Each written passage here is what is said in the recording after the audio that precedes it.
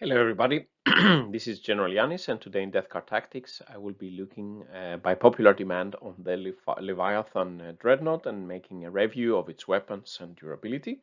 So let's get started.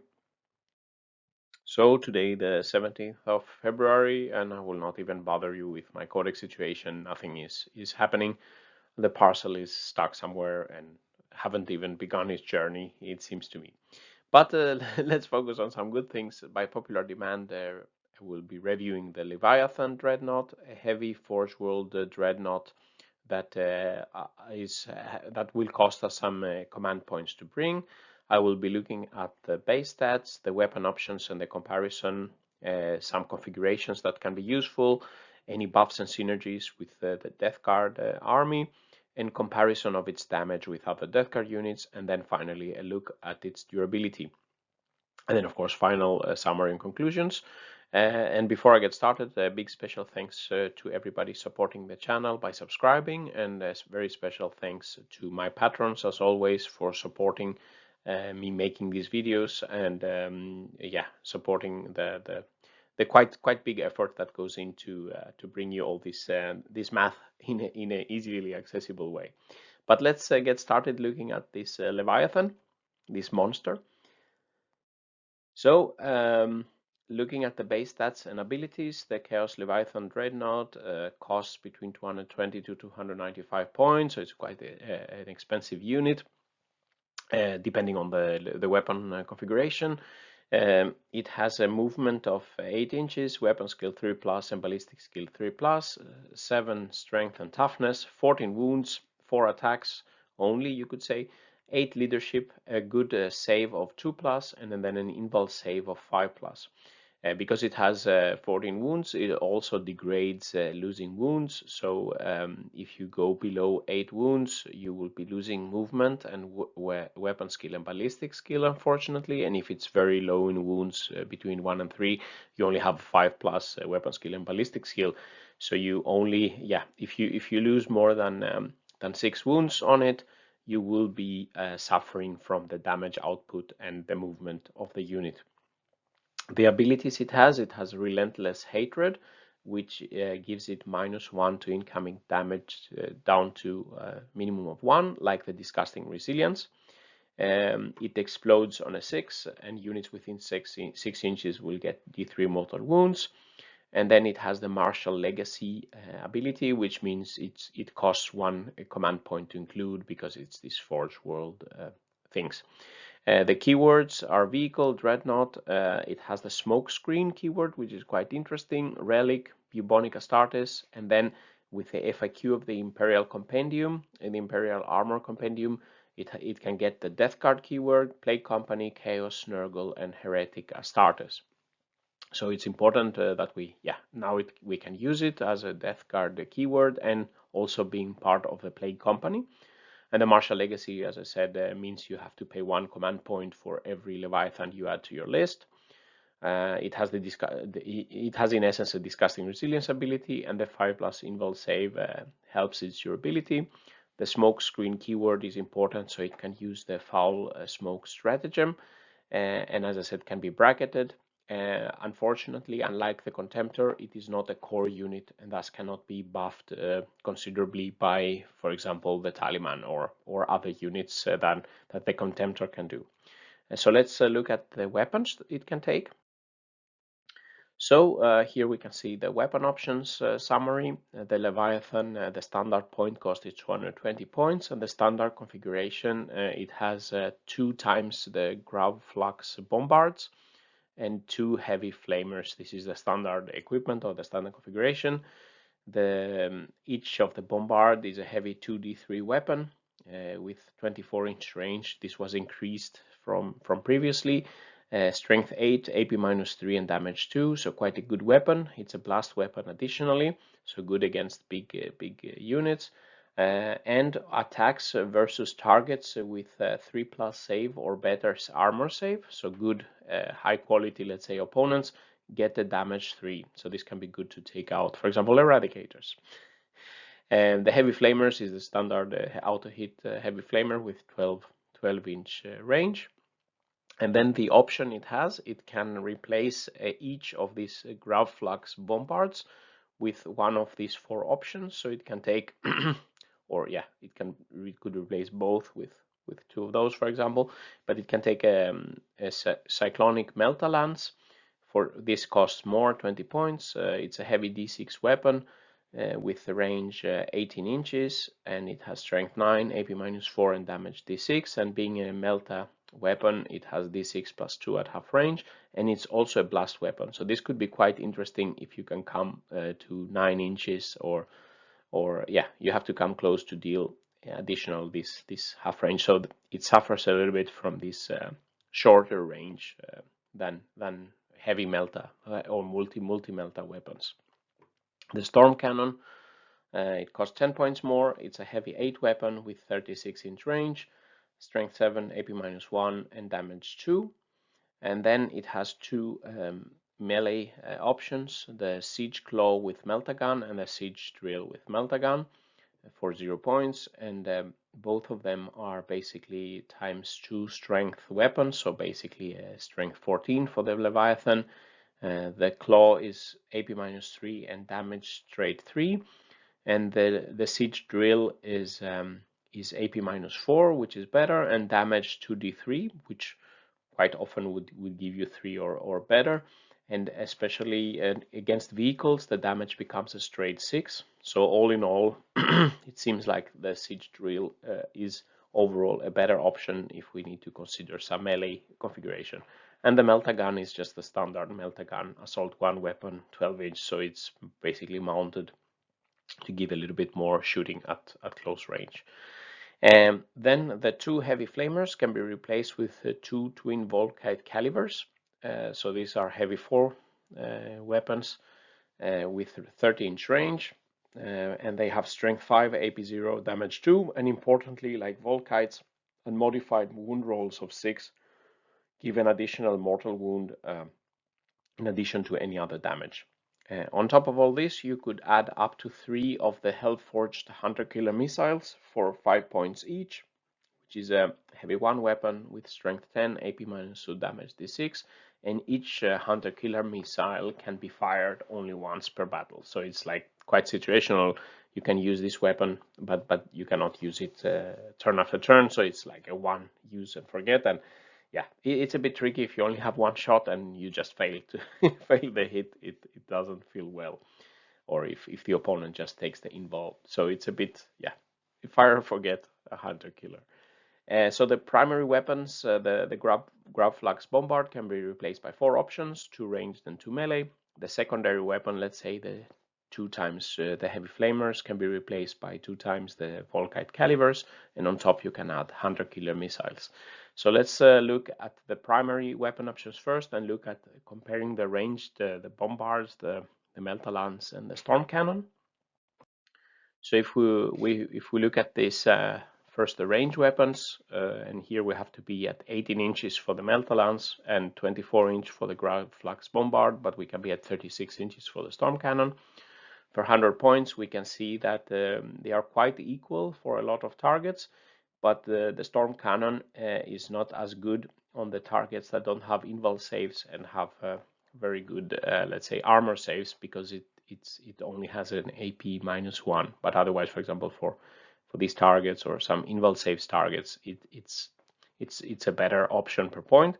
But all in all, it's not very much to separate these weapons in terms of damage per point. The Storm Cannon, as I said, doing worse for some high toughness targets and targets with good saves. But the Storm Cannon has, however, the clear range advantage, having 36-inch range, the Grav Bombard 24, and the Melta-Lance 18 inches. If we look at the melee weapon options, and here I'm not assuming that the enemy is suffering -1 toughness, because the Dreadnought doesn't have the contagions of Nurgle, or it can get it with Flash Outbreak, but I wouldn't assume you would use it for this. But here we can see the blue line is the Siege Claw, and the orange line is the Siege Drill. And the advantage of the Claw is that it gets +1 attack, so you have 5 attacks with the Claw. But the Siege Drill is better, especially against vehicles, and has a higher AP. So overall, it's better to take the siege drill if you want to add a melee weapon instead of the claw. A Leviathan, if you don't take any melee weapons, then it will not be so potent in melee. But yeah, it's not very built centered around melee, the Leviathan. But if you want to use it, then the siege drill looks like the overall better option. For the secondary weapon option, where we had either the heavy flamer or the twin Volkite caliber, it's quite straightforward. The twin Volkite caliber, the blue line, is better versus most of the targets compared to the heavy flamer, and additionally it has the clear range advantage for 30-inch to 12-inch. So in most builds, I would say that you should take the twin Volkite caliber. That gives also mortal wounds. So based on this first analysis, let's consider some loadout configurations. For some long-range shooting, more than 24 inches or 24 inches, we can consider the bombard with Volkites, the storm cannon with Volkites for 240 points. For shorter range shooting, we can consider the cyclonic Melta-Lance and the Volkite, or we could make a cyclonic Melta-Lance and a storm cannon, for example. These are the Melta-Lance is the most expensive option, so the point cost increased. And if you want to look at some mixed configuration where we have a melee weapon and short range shooting, so it could be the drill with its Melta mounted and then cyclonic Melta-Lance or Grav Flux Bombard or something like this. And then I have analyzed all these configurations in the various categories of average damage. So here we are looking at these configurations, the base damage per 100 points, average across all the 31 targets I'm simulating.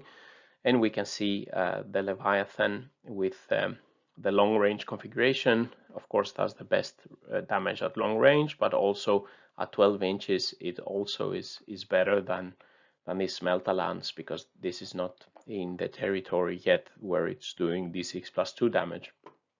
Quite interestingly, in point blank shooting range, then the storm cannons are clearly the best option, because both the Grav Flux Bombard and the Melta-Lance are blast weapons and cannot be shot.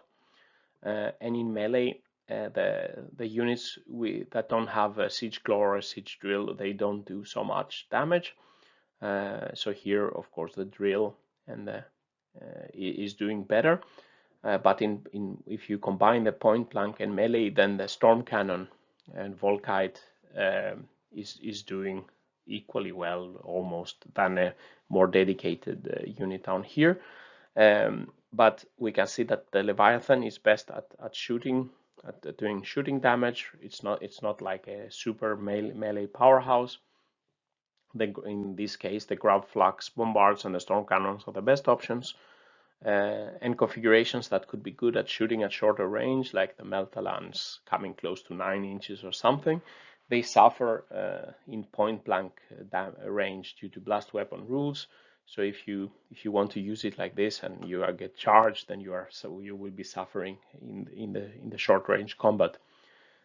So storm cannons will be better to protect it in point blank damage, not being blast. So I think for me it points out more and more that some of these configurations would be the best overall for a Leviathan Dreadnought. So in the question of adding Hellforged Hunter Killer missiles, so here I'm just looking at one example, just looking at one of the configurations with the two Grav Flux Bombards and the two Volkites. It's the orange line. If we add here, I'm adding and shooting 3 Hunter Killer missiles, so I'm adding 15-point cost. So I'm getting my money back because I'm doing more damage. But then basically, if I look at that, I can only shoot with them one turn, and then I'm suffering just having incurred this cost of 15 points more. And when I'm shooting the normal cannons, but now I paid 235 for the rest. If I do the math, you lose a little bit more in the other 4 assumed rounds of shooting than you gain in 1 round of shooting with a missile. So all in all, I think it would be probably best to save the points, but it's not super crucial. If you want to take 1 or 2, they could be situationally good, that you have fired on some target and you need to finish something off, and you could be good to use the hunter killer missile. But the math is not crazy good, so probably because the model already is taking quite a lot of point cost, probably it would be better not to invest more for these hunter killer missiles. The buffs and synergies with Death Guard are quite straightforward. Since it's not a core unit, there are not many ways to buff its damage. There are no super synergies that you can take Virion and Taliman and different, yeah, not to give it rerolls and all of this. It's not so easy. It's probably going to be operating as standalone. The Leviathan, of course, would benefit if the enemy unit it was shooting was within the -1 toughness contagion, of course, but yes, by some other unit, because it itself doesn't have the contagions. We can use the stratagem that it can auto-explode, which is situational. It could be that there are some relics for example, the Inexorable Sleetspore Casket. When the character kills an enemy model, you can select a vehicle within 18 inch that regains a lost wound. Could be probably interesting to heal some Leviathan back to the top bracket. And it can use the smoke screen stratagem to increase its durability. And this is quite good because you don't have to pop it in your movement. Now you use it in the opponent's shooting phase. If a unit selects, for example, the Leviathan to be shot at, then you can use this stratagem for 1 command point, and then the Leviathan is -1 to hit. So with these synergies out of the way, let's look at the damage comparison to other Death Guard units. And this is, of course, a work in progress. I'm adding more and more units as I'm analyzing. Here we see the average baseline damage per 100 points across all the 31 targets I'm simulating. No additional buffs included, except for -1 toughness for the melee damage for the units that have the contagion.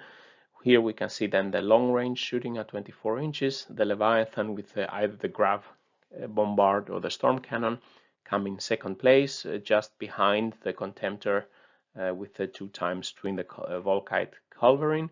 And they are a bit better than the Plaguebear Scroller with Entropy Cannon damage per 100 points in the baseline configuration. At short range, they are also quite good, but here we have some more units that can do damage. So they come good in both long and short term shooting, and in melee they are very far behind because the Death Guard army, we have so many good units to do a lot of melee damage. So here it's in the 30th place of all different types of units I have calculated so far, so near the bottom, and so it's not probably super efficient to bring Leviathans to do melee damage. So the Leviathan has a good damage in base damage in range shooting, but it cannot be buffed as strongly as the Contemptor or Helbrute, and it doesn't have any specific stratagems that it can use to boost its damage, like the Helbrute, the Fire Fever, or the Plaguebear Scroller, being able to shoot its mortars with higher damage and deal mortal wounds. And not a big point equipping it for melee. As Death Guard, we already have a lot of good options there. So if we look here at the maximum buffed damage at long range, we see the Contemptor and the Helbrute can be buffed significantly by Taliman and reroll ones, etc. The Leviathan can be boosted by the -1 toughness, and it could have a good benefit, especially with the Storm Cannon and the Volkites, if the opponent is suffering the contagion from the Inexorable, that it would get more AP on its shots. So it gets a little bit better than the Plaguebear Scroller, but again, quite an expensive unit, and cannot be buffed as much as a Contemptor, and it costs you a CP compared to the Plaguebear Scroller. So with the damage compared, let's look at the durability of the Contemptor. Here we can see a list of different weapons shooting or attacking the Leviathan. The durability of the Leviathan. So the Leviathan Dreadnought, here we can see, not point corrected, how many shots of each type of attack or weapon it can take before being destroyed. So it takes quite a lot of amount of shots, even from heavy weapons, to take it out. And especially if it can use the smokescreen stratagem, we are increasing the durability by 33%. So it's quite a high durable unit, but of course only, let's say, half this amount of shots are needed to take it down bracket and lose damage output. So and here let's compare the durability per 100 points to other vehicles in the Death Guard army. The Leviathan can take quite a lot of shots, but if we compare it to the number of points we are paying to put it on the table, then the per point durability is not so high as some other vehicles in the Death Guard army. But however, so it's quite close to a Helbrute actually. But however, if we use the smokescreen stratagem, it can add add a bit more durability here. Then it would be quite close to demon engines like Bloatdrones or Myphitic Blighthauler or some of these demon engines that are quite durable, but nowhere near, let's say, a Plagueburst Crawler durability. So, reaching to the summary and final thoughts for this video, the Leviathan Dreadnought is an elite choice Forge World model. It's like a heavier Contemptor and thus more point costing than Contemptor. As a long-range option equipped with either storm cannons or ground flux bombards, the baseline damage per point is good, second only to the Contemptor of all the units I have analyzed so far. So a good baseline damage, heavy damage in shooting it can deal out. However, unlike the Contemptor, it's not core, and damage cannot be buffed much further. The -1 toughness contagion or Plague Company specific contagions, for example, the -1 AP can be good. And also it has the disadvantage that it can degrade with wounds, losing damage output, unlike, for example, the Contemptor. It has some interesting shorter range weapons like the Melta-Lance, but you have to come very close to do them very effectively. However, these weapons, being blast weapons, cannot be shot at point blank, which if then it's tied down in melee, it cannot do so much in melee, and it cannot shoot its weapons very efficiently. It has some decent melee weapons, especially the drill, but not very efficient per point in this role compared to that in the Death Guard units that we have so many of that can do very good melee damage. The durability is okay, and per point it's decent, but it's not let's say one of the best units, but it can be quite improved, reaching demon engine levels with a foul smokescreen stratagem, giving it -1 to hit. So what do you think about the Leviathan Dreadnought, and what has your experience been using it on the battlefield? I don't have any in my collection, and I'm not planning to get one, at least. I'm planning now to see if I can get some Contemptors, but I'm waiting for my Codex to come first. So if you like this video, please press like and subscribe to the channel.